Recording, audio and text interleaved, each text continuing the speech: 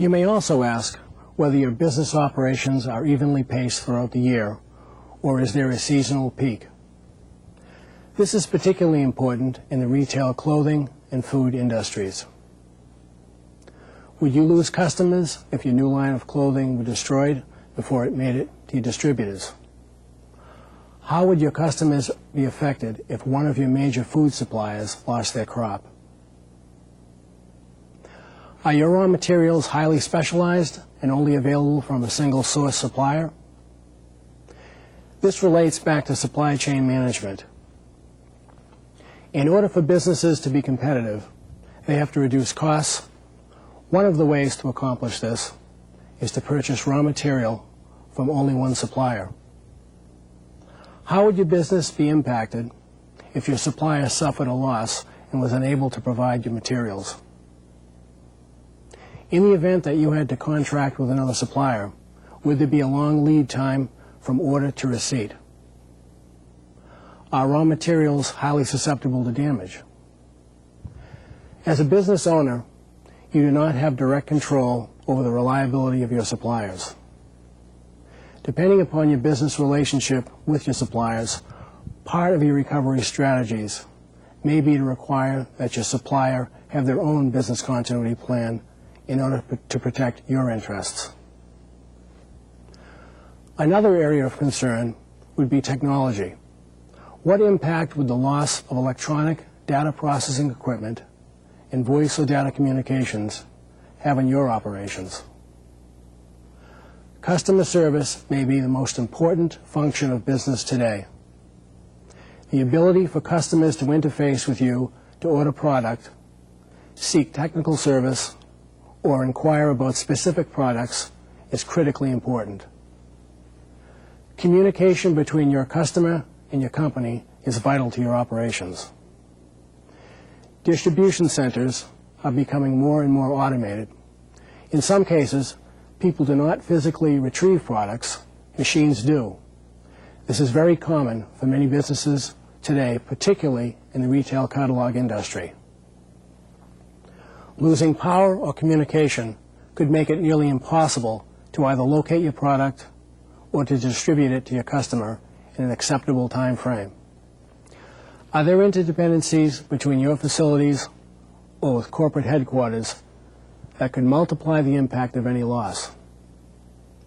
Many businesses today in industries such as electronics or pharmaceuticals and chemicals manufacture materials or parts for their own facilities in order to produce a final product. How would it impact your operations if this chain of product materials were broken? Do you have the ability to make up production, or is your capacity limited? Many operations are now working 24 hours a day, 7 days a week, or close to it. Do you have the ability to outsource any work? If not, then your organization may be highly susceptible to a major interruption, and business continuity planning is necessary. The third component of pre-incident planning is risk quantification. Risk quantification, sometimes known as business impact analysis, is the process of defining your business's most critical functions or operations. The goal of risk quantification is to identify vital or critical functions, determine their minimum recovery times, and the sequence of recovery in order for your organization to fulfill its business objectives and satisfy customer demand. Recovery strategy development is predicated upon organizational agreement of critical functions and the recovery time objectives. In other words, how long can a particular function, such as customer service, production, information, technology, or finance, be down before the customer is impacted? If it is determined that a critical function cannot be recovered within the specific agreed-upon time objectives, an alternative recovery strategy must be developed. Organizations that are small or have limited resources may want to consider pooling or aggregating the resources to improve their recovery capabilities. Municipalities, for example, often take this approach to mutual aid in firefighting, disaster response, and medical emergencies. Academic institutions and for-profit operations can develop similar arrangements, especially when one partner brings a specific skill or capability to the relationship. It should be noted that structuring mutual aid agreements, partnerships if you will, should be formal, and more importantly, the response and recovery capabilities of all the partners should be tested at regular intervals. The fact that such mutual aid agreements are structured are in themselves sound business continuity planning. How should an organization go about measuring or determining their most critical functions and business impact and recovery time objectives? I believe the best, most efficient, and practical method is what I refer to as the top-down approach. First and foremost, you need to have full and total upper management commitment. The single biggest factor that causes an organization to fail in the development of a business continuity plan is a lack of upper management support and involvement. If an organization expects to have a truly effective recovery plan, its management at all levels must be very willing to participate in its development. The top-down approach involves meetings with senior and key functional area management to understand the current contextual environment of the organization. The result is a plan that captures only the recovery actions necessary to support the strategic goals of the organization during the recovery process. By following the top-down approach, senior management can better direct information gathering efforts in the organization. Supporting resource information, such as call trees, equipment lists, or specific procedures, are tied directly to recovery actions. This approach also ensures that the recovered entity is as closely aligned as possible to the organization's or the pre-incident values. It is a more collaborative, interactive process that familiarizes management more quickly with their recovery needs. When embarking on the development of a business continuity plan, you should always assume the worst-case scenario. Why?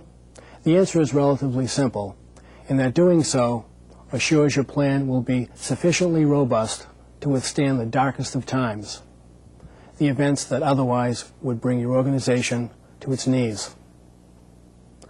Planning for the worst-case scenario creates a realistic view of what your organization needs to plan for and acquire, and what training is essential for response and recovery.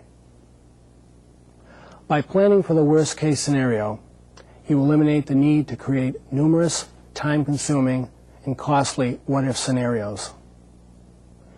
Since we are concerned with restoring function and not just the location, all activities associated with a given function are captured. During lesser events, management can selectively choose those that apply. As I mentioned earlier, a business continuity plan encompasses three components: emergency response, crisis communications, and business recovery. The component parts work together to help safeguard people, property, and the environment, and effect as expeditious a recovery as possible. Emergencies occur every day. Most are minor, although the potential for a catastrophic event does exist. The actions taken during the critical initial minutes of an emergency often determine its ultimate impact. Only a well-thought-out emergency response plan that assigns responsibilities to trained members of a team can safeguard the health and safety of employees and protect company assets. The crisis communications component is often thought of as the link between emergency response and business recovery. How will your company deal with the intense scrutiny of the news media, government, regulators, and shareholders in the aftermath of a disaster?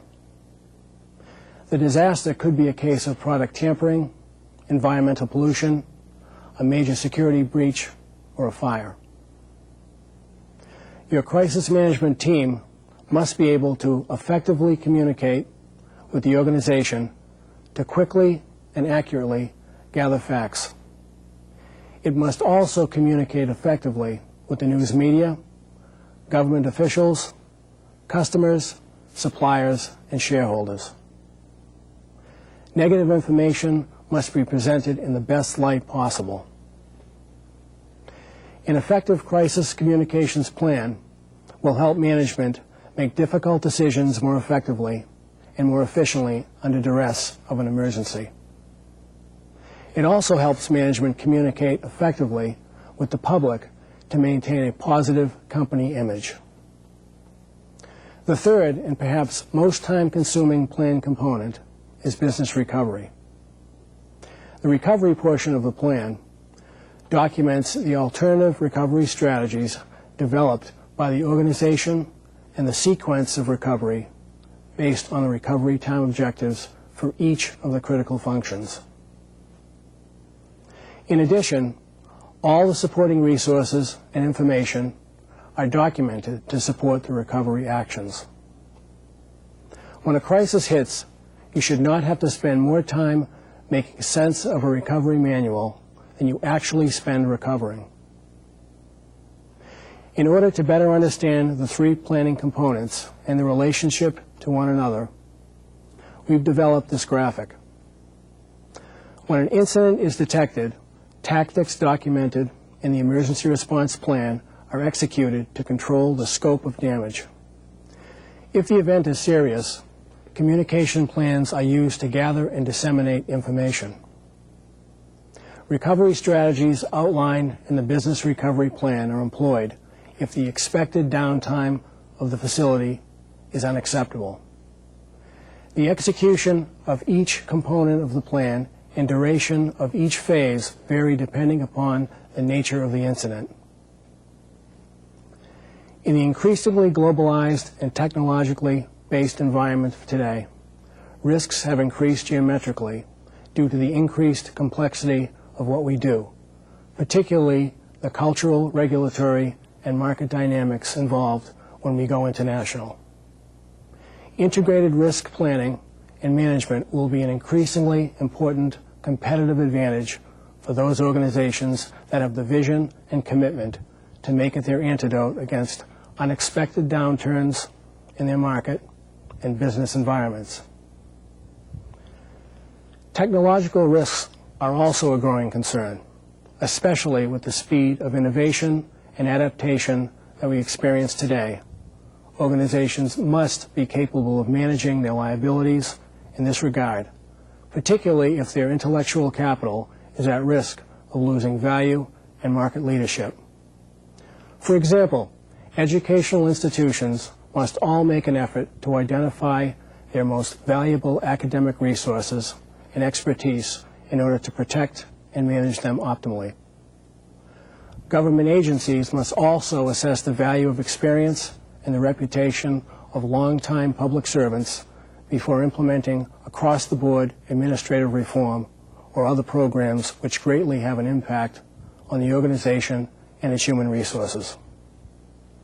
I invite you all to reflect on your strengths, your risks, and your commitment to sustain success, and to immediately embark on a broad business continuity planning program.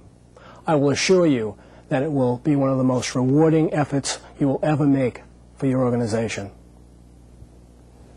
Jim, thank you very much. Great presentation, and we want to continue now with our second question and answer session. But I must tell all of the associates that I mentioned that there were three reasons I was interested in business continuity planning and risk management, when originally I was only going to talk about two. And the third one is that yesterday a truck ran into my garage, there was an explosion, and it was pretty much burned to the ground. So I have some personal issues when it comes to business continuity and risk management, and all of these things work, so I hope you take them to heart. And let's go back now to some of our questions. And Jim, if you could address the question from CITES number 3, our friends in Mexico, I'd appreciate it. And the question, please.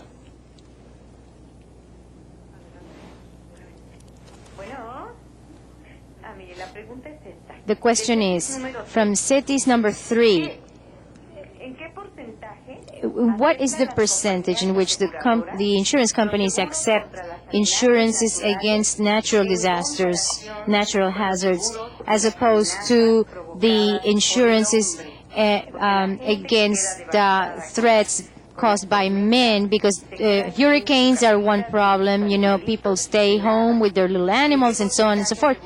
But in what is the percentage when they insure, when they underwrite, what do they do? In what percentage for the natural as opposed to the man-caused disasters? How are they presented? Very good question. I originally thought I was going to go to Jim, but John, I'm going to bounce back over to you and let you address the man-made versus natural issues. The primary concern there is the underwriting capacity of the insurance carriers. How much appetite do they have for risk? The basic answer is you can insure 100% of the financial loss to your buildings, your equipment, and even for loss of people. But the issue becomes a matter of whether the insurance company is willing to provide that at a premium that you're willing to pay. Jim, you worked for a protection organization that provides insurance to large organizations. Do you remember any of the underwriting issues that came up from the man-made perspective versus the natural perspective? Sure. Some of the biggest concerns really are your physical location. If you're located along the coast in a hurricane-prone zone, if you're located in an earthquake zone, near volcanoes, as we heard of earlier, that's a very large concern to the underwriters, and oftentimes you'll have to have a number of different insurance carriers cover that risk because they aren't willing to cover that particular risk. Yeah, the size of the risk may mandate that more than one insurance carrier be involved to provide the level of capacity that John talked about from the financial recovery perspective. Thank you, gentlemen, very much. The Universidad de Autónoma in Chihuahua comes to us with our next question.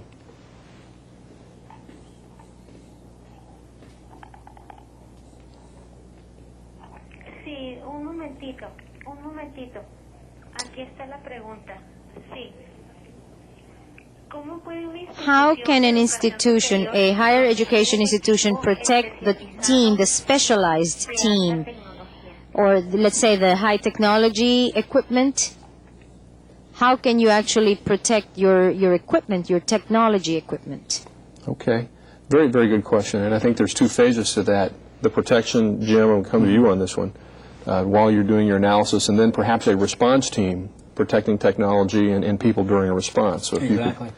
Yes. When you're talking about high-tech equipment within your universities or your companies, especially information that houses all your critical and vital information, you need to have adequate physical protection. You need to house the computer equipment or any of the other equipment that's vital to your operations. You never put them in basements where it could be subject to floods. You have to have, or it's a very good idea to have sprinkler protection within the room as well, or other types of protection that can extinguish a fire if it occurs. You also need to be able to protect the information itself by providing backups to those files every night and taking them off site, so that if you do have a fire or an incident within that location, that information will not be destroyed. This seems to me to be a question that allows us to practice business continuity by having alternative strategies for doing specialized tasks and protecting people, and to have backups, technology backups. So this is that's a perfect question for adopting the purest of business continuity planning activities. Very good question. Sania Internet in La Habana, Cuba, brings us our next question, please.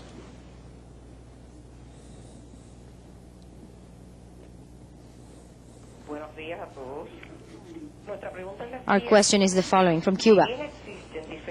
Although there are different kinds of managing risk, how can you actually identify the tolerance to risk, and what are the advantages? Thank you. Thank you very much for a good question. And John, is the tolerance to risk measured subjectively or objectively or both? It's both, very much so. It's a combination of the two. What's a methodology, gentlemen, for an objective measurement? How do we quantify risk? I'll give you an example.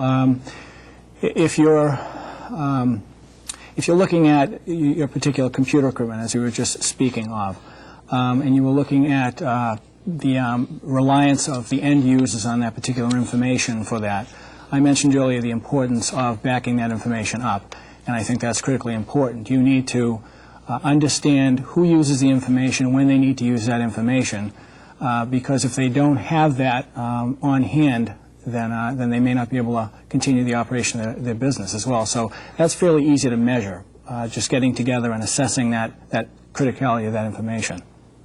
Okay. John, is there one thing at your university that you look at from a measurement that causes you the most pain or grief or concern economically from a financial perspective? Loss of tuition. Okay. So an alternative strategy would be to have rooms where you can have students come meet and continue to teach. Absolutely. In fact, we had a situation a number of years ago at one of our facilities where we had a major fire, and we ended up using hotel conference room space in lieu of classrooms, and we only lost one day of classes, so we didn't lose any tuition. The students were willing to make up that one lost day. And you think about academic universities and institutions, the research, all the things that are going on, you have to continue that somehow. Very good. Excellent question. Thank you. Next question comes from the Universidad Autónoma de Baja California Sur in La Paz.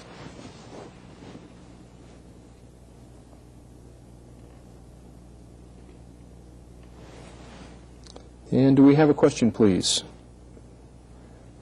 From La Paz. It's gone. It's gone. Okay. Muy bien.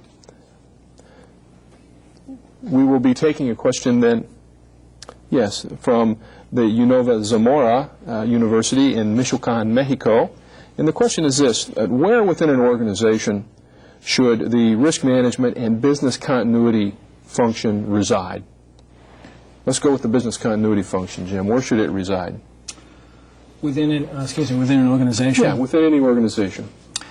I believe that it should, based on the experience that I've had in dealing with universities and companies, I think that it should reside within risk management. John, I know that's a big responsibility, but I believe that being a risk manager, you have to understand and articulate to your company, your organization, what those risks are.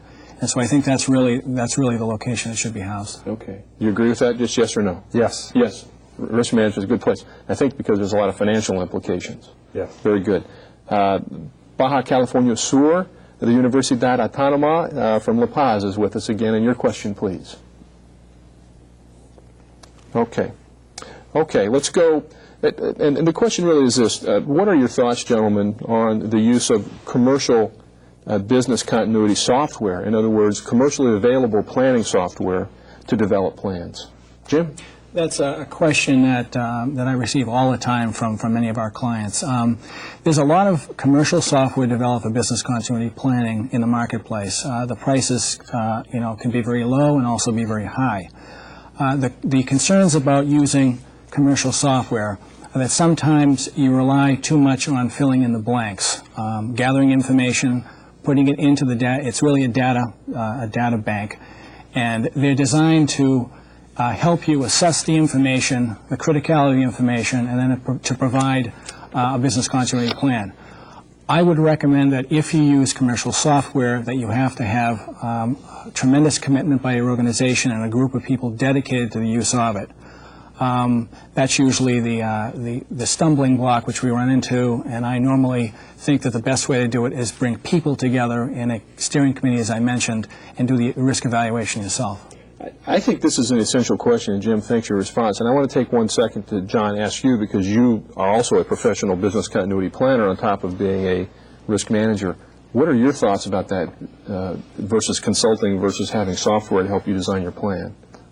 As Jim indicated, commercial software, to me, can become an expensive paperweight if it's not fully integrated into the university's or the organization's mindset and their operation.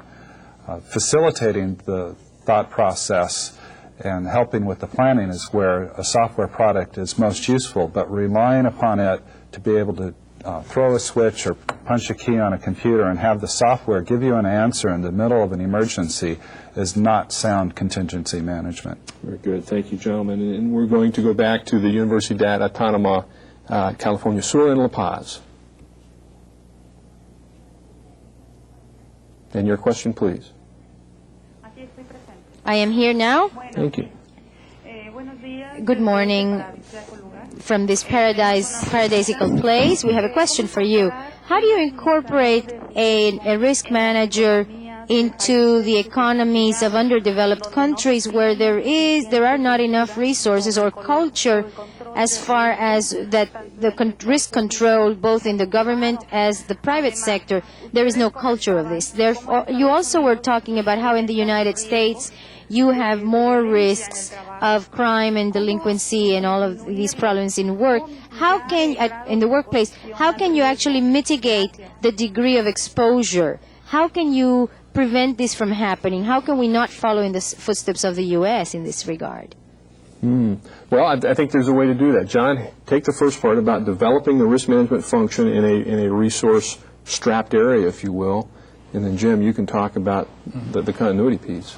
Actually, that would be the optimal place for a new risk manager to start and learn their trade, because you have such a wide array of potential risks that you can address, and whatever risks you address, you're likely to have the capability of solving some problem. You won't solve all the problems, but you can point to your successes, and that will lead to further successes.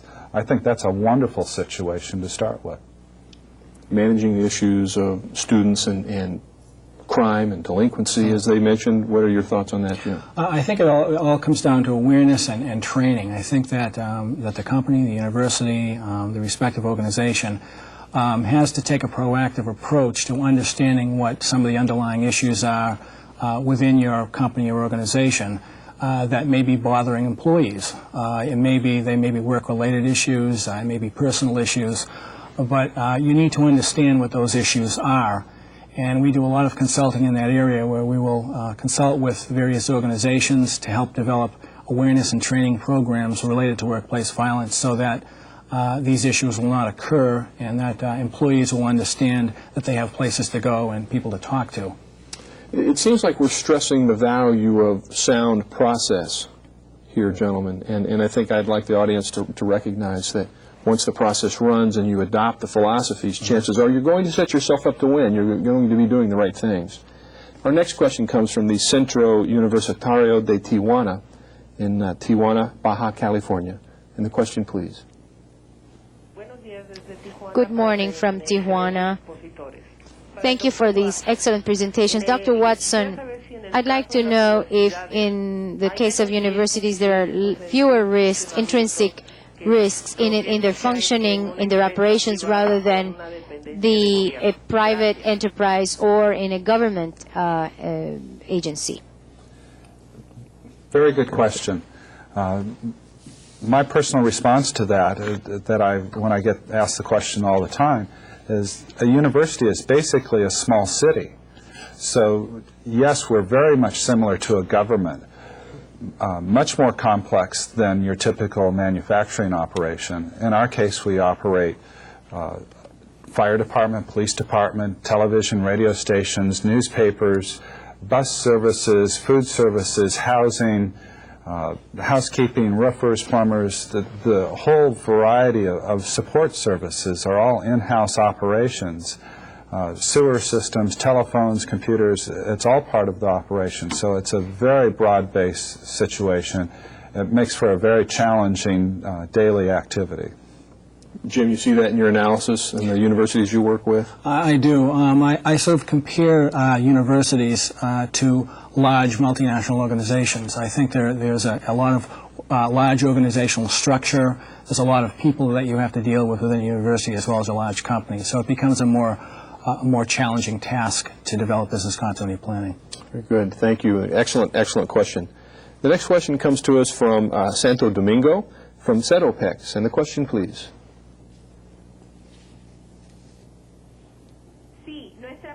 Our question is, what perspectives do the large multinational companies have vis-a-vis the problems of the reinsurance markets and the increase of the national catastrophes?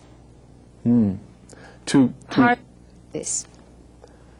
Large multinationals vis-a-vis all the catastrophes and natural disasters, the increase. of all these? Increase in disasters, impacting reinsurance and capacity. Yes, it's very not seasonal, but it vacillates from time to time. Right now, we're seeing reinsurance capacity reducing. A couple of years ago, especially on catastrophic property insurance, as a risk manager, I could negotiate almost any rate I wanted, as small as I wanted. They were just wanting the dollars for capacity. Now it's much more difficult to obtain that same kind of coverage. Yeah. And Jim, from the disaster perspective, and multinational organizations as part of the question, what are we seeing in your consulting operations? Very briefly. Large multinational organizations have facilities located all over the world and in many hazard-prone areas. So it's a much more difficult underwriting task from an insurance standpoint to be able to look at those companies and evaluate those risks just because of the large number of exposures that exist. It impacts capacity tremendously. Gentlemen and the audience, thank you for your excellent questions and for your responses, but we've run out of time today. We hope that you have enjoyed participating once again in this exciting multilingual and multinational program. We invite you to participate in our 9th video conference of this year's series, which will air on September 28, 2000, entitled E-Commerce and Services, Myths, Realities, and Opportunities. For additional information on the year 2000 video conference series, please consult your participant's manual, where you will find the dates and specific topics for each program. You may also visit our website, intectra.com, and onlinecompetence.com. On behalf of all of us who collaborate with the International Training Center, I thank you for your enthusiastic participation and interest in today's program. Thanks, and we look forward to seeing you again soon.